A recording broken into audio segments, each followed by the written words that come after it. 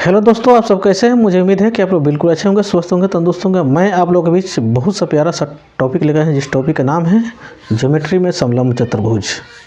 तो सबसे पहले हम लोग समलंब चतुर्भुज का फिगर ड्रॉ करते हैं। चतुर्भुज है हम लोग का समलंब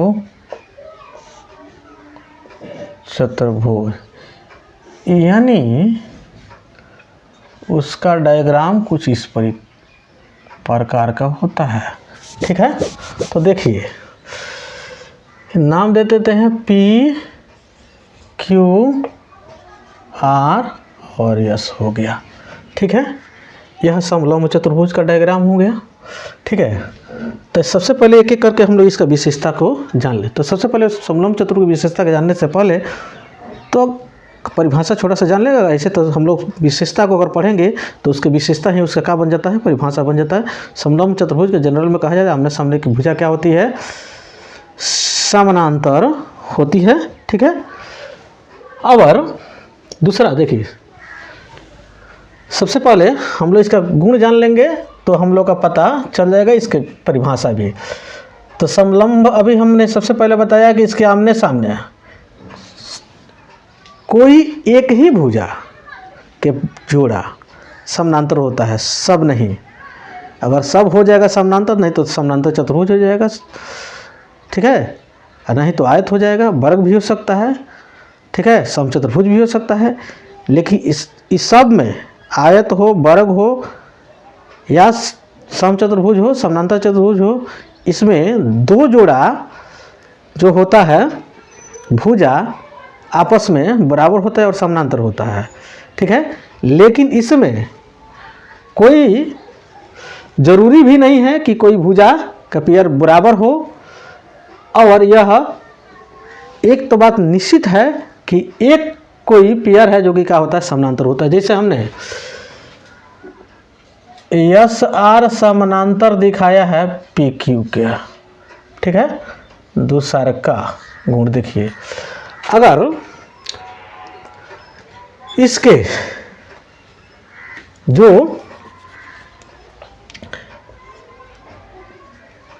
विकर्ण है, ठीक है, ये भी जरूरी नहीं है कि विकर्ण बराबर ही होगा, बराबर हो भी सकता है और नहीं भी हो सकता है। ठीक है, अगला कंसेप्ट यह है कि अगर इसके विकर्ण को अगर हम मिला देते हैं, इसके विकर्ण को हम मिलाते हैं तो देखिए ऊपर काटता है। ठीक है, तो ओ पर जब काटेगा तो S O by O Q, ठीक, R O by O P होगा। ठीक है, दूसरा का गुण। तीसरा का गुण देखिए, तीसरा का विशेषता यह है कि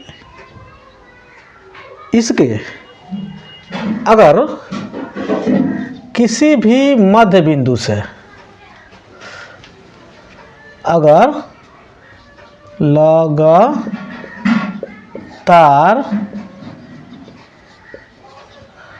मध्य बिंदु को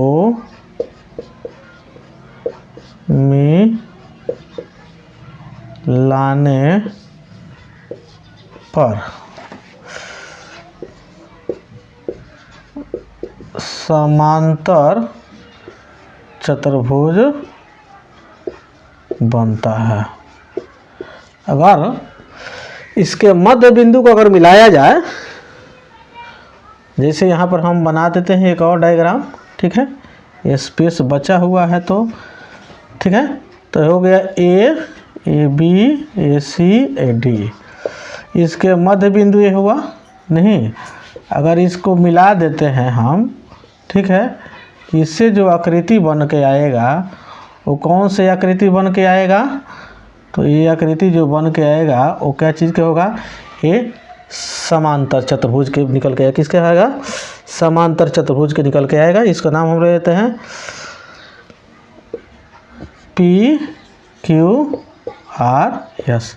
पी क्यू आर एस जो है वो कौन सा चतुर्भुज निकल के आया? समांतर चतुर्भुज निकल के आया। अगला जो चौथा जो गुण है कि अगर मान लीजिए हमको क्वेश्चन डायग्राम हमको दे दे, नहीं,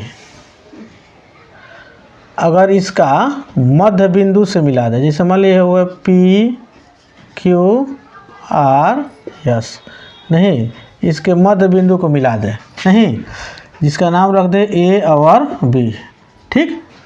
इसका लेंथ दे दे हमारा 20 सेंटीमीटर, ये दे दे 10 सेंटीमीटर, और तब आपसे पूछ दे कि बताइए कि मध्य बिंदु जो मिलाए हैं, इस मध्य बिंदु यानी इस रेखा का लंबाई कितना होगा, यानी AB का लंबाई कितना होगा।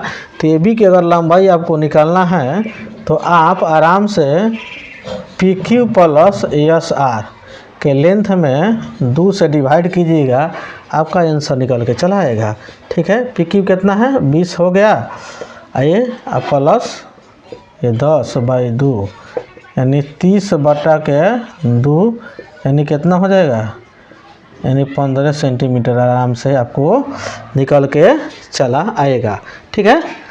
लेकिन क्वेश्चन कुछ इस तरीका से भी देता है, जैसे कॉन्सेप्ट नंबर 5 में देखिए, जैसे आपको डायग्राम बना के दे दें, ठीक है। डायग्राम आपको बना के दे दें ऐसे, ठीक है। मान लीजिए समलंब चतुर्भुज हो गया, ABAC AD दे दिए, इसके बिगाड़ इधर से काट रही है, इसके बिगाड़ इधर से काट रही है, नहीं, ये मान लीजिए इसका मध्य बिंदु है, मध्य बिंदु ये हो गया P, ये हो गया Q हो गया, ये M पर काट रही है एक विकर्ण पर, और दूसरा का विकर्ण जो है मान लीजिए N पर काट रही है, ठीक है। तब उस सेंस में, ठीक है, तब आपको उस सेंस में MN का लंबाई दे पूछे, क्या करें, MN के लंबाई पूछ दे, तब M और N के लेंथ पूछ देता है, तो आपको 1/2 इंटू DC माइनस AB करना पड़ेगा। तब मान लीजिए DC आपका दे देता है 40 सेंटीमीटर, ये देता है 20 सेंटीमीटर, तब आप कैसे निकाल सकते हैं, ज़रूर निकाल सकते हैं। 1/2 इंटू DC आपका है 40 माइनस AB कितना है 20, तो 1/2 इंटू कितना हो जाएगा 20, तो काट दीजिए, कितना बार में चल जाएगा, 10 बार में चल जाएगा, यानी MN कितना हो जाएगा 10 सेंटीमीटर निकल के चला आएगा, ठीक है। तो मुझे उम्मीद है कि आप इस समलंब चतुर्भुज के जो विशेषता था आप जान गए, ठीक है। अब जो समलंब चतुर्भुज के अगला विशेषता क्या है, अगर इसके क्षेत्रफल पूछ दे आपसे, क्या पूछ दे, समलंब चतुर्भुज के आपसे क्षेत्रफल पूछ दे 6 नंबर क्वेश्चन में, समलंब चतुर्भुज का क्षेत्रफल कितना होता है, तो 1/2 into H into A plus B होता है, यानी 1/2 गुणे ऊंचाई या शीर्षलंब कह सकते हैं और समानांतर भुजाओं का योग। तो समानांतर भुजा कौन होता है, जो कि हमने आपको बताया कि AB के समानांतर क्या है, DC है, ठीक है।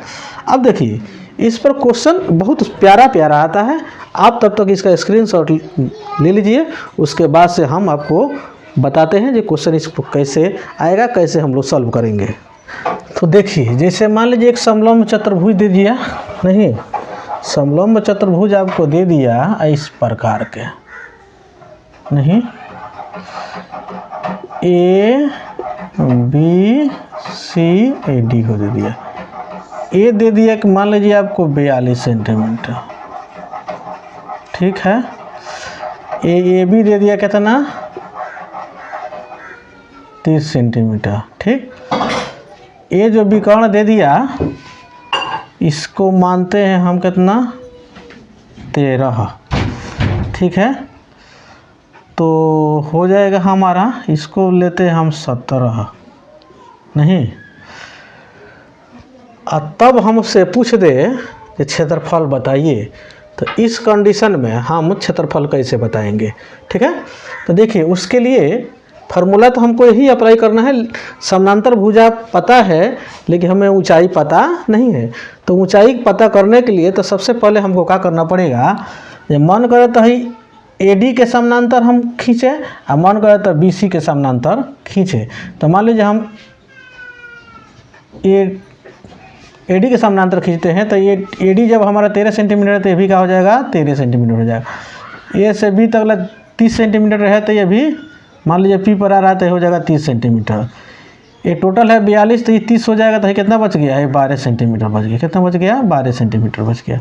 ठीक है, बाकी सब सेंटीमीटर में है। ठीक है, यूनिट आप समझ सकते हैं कि यूनिट मैंने क्या दिया हो। ठीक है, ठीक। अब देखिए तो उसके लिए सबसे पहले इस त्रिभुज का क्षेत्रफल हमको ज्ञात करना पड़ेगा, यानी BPC का क्षेत्रफल निकालना पड़ेगा। ठीक है, तो पहले फर्स्ट में क्षेत्रफल निकालने के लिए हमको अर्ध परिमाप निकालना पड़ेगा त्रिभुज के। तो होता है A + B + C बटा के 2, यानी 13 + 17 प्लस कितना 12 बटा के 2। तो 17 3 20 सॉरी 7 3 10 2 12 और 3 1 4, यानी 42 बटा के 2, यानी 21 निकल के चला आया। 21 सेंटीमीटर निकल के चला आया। अब उसके बाद से 3 को भुजा मालूम रहता है तो उसके क्षेत्रफल निकालने के लिए एक हीरोन का फार्मूला होता है। इस फार्मूला को बोलते हैं त्रिभुज के लिए लगता है S × S - A × S - B × S - C। तो S कितना है हम लोग का 21, जहाँ जहाँ S है तहाँ तहाँ 21, जहाँ जहाँ ये है वहाँ 13, और फिर से 21 - 17 और फिर से 21 - के 12।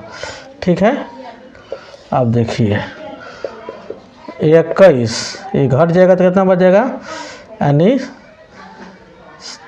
8 3 यानी 8 बचेगा। ठीक, उसके बाद से इधर बचेगा 7, इसको घटाएंगे तो बचेगा नहीं सॉरी 4 बचेगा, 17 4 21। इसको घटाएंगे तो कितना बचेगा, यानी 11 में से 2 गया तो 9 बचा। ठीक, अब इसको हम फैक्टर तोड़ते हैं।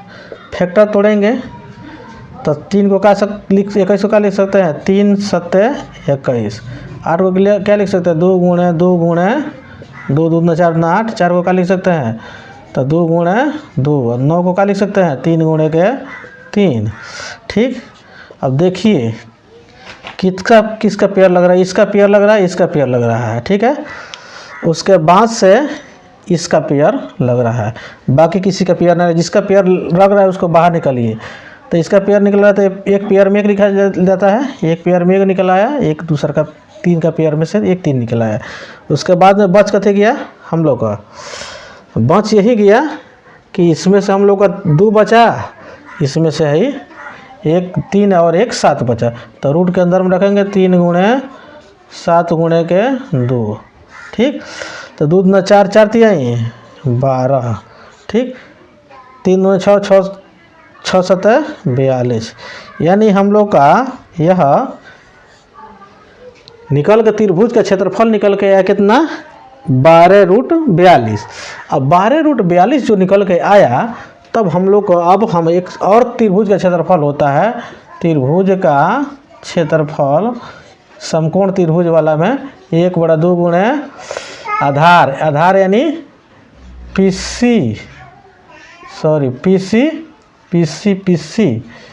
गुणे ऊंचाई, यानी ऊंचाई यही है हम लोग का। ऊंचाई क्या हो जाएगा यही हो जाएगा, यानी ये शीर्षलंब, यानी जिसको हम यम मान लेते हैं। ठीक है, PC × BM। ठीक है, तो इसका जो हम हीरोन का फॉर्मूला लगा के ये BPC का क्षेत्रफल निकाले हैं, वहीं सेम क्षेत्रफल यहाँ पर हमको बैठाना पड़ेगा, यानी 12√42 1/2 गुणे PC कितना है 12 नहीं, और ऊंचाई को पता नहीं, यानी BM पता नहीं है। 2 से काटिएगा 6 बार में जाएगा, ये 6 से काटिएगा 2 बार में जाएगा, यानी अब कहिया से निकल के चला जाएगा 2 कितना 42। ठीक, अब हम आराम से इस फार्मूला को लगाएंगे, यानी समलंब चतुर्भुज क्षेत्रफल लगाएंगे 1/2 गुणे ऊंचाई कितना है, यानी ऊंचाई हम लोग निकाले हैं 2√42 और समानांतर भुजाओं का योग यानी 30 प्लस कितना यानी 42। अब इस बार टोटल लेंगे तो 2 से 2 कैंसिल हो गया, यानी जोड़ेंगे कितना हो जाएगा यानी 72, रूट कितना हो गया 42। ठीक है, तो इतना हम लोग का आंसर निकल के चला आया। मन करेगा तो आप रूट में ही लिख सकते हैं, या रूट में अगर नहीं दिया है तो आप 42 का वैल्यू बैठा कर भी बना सकते हैं।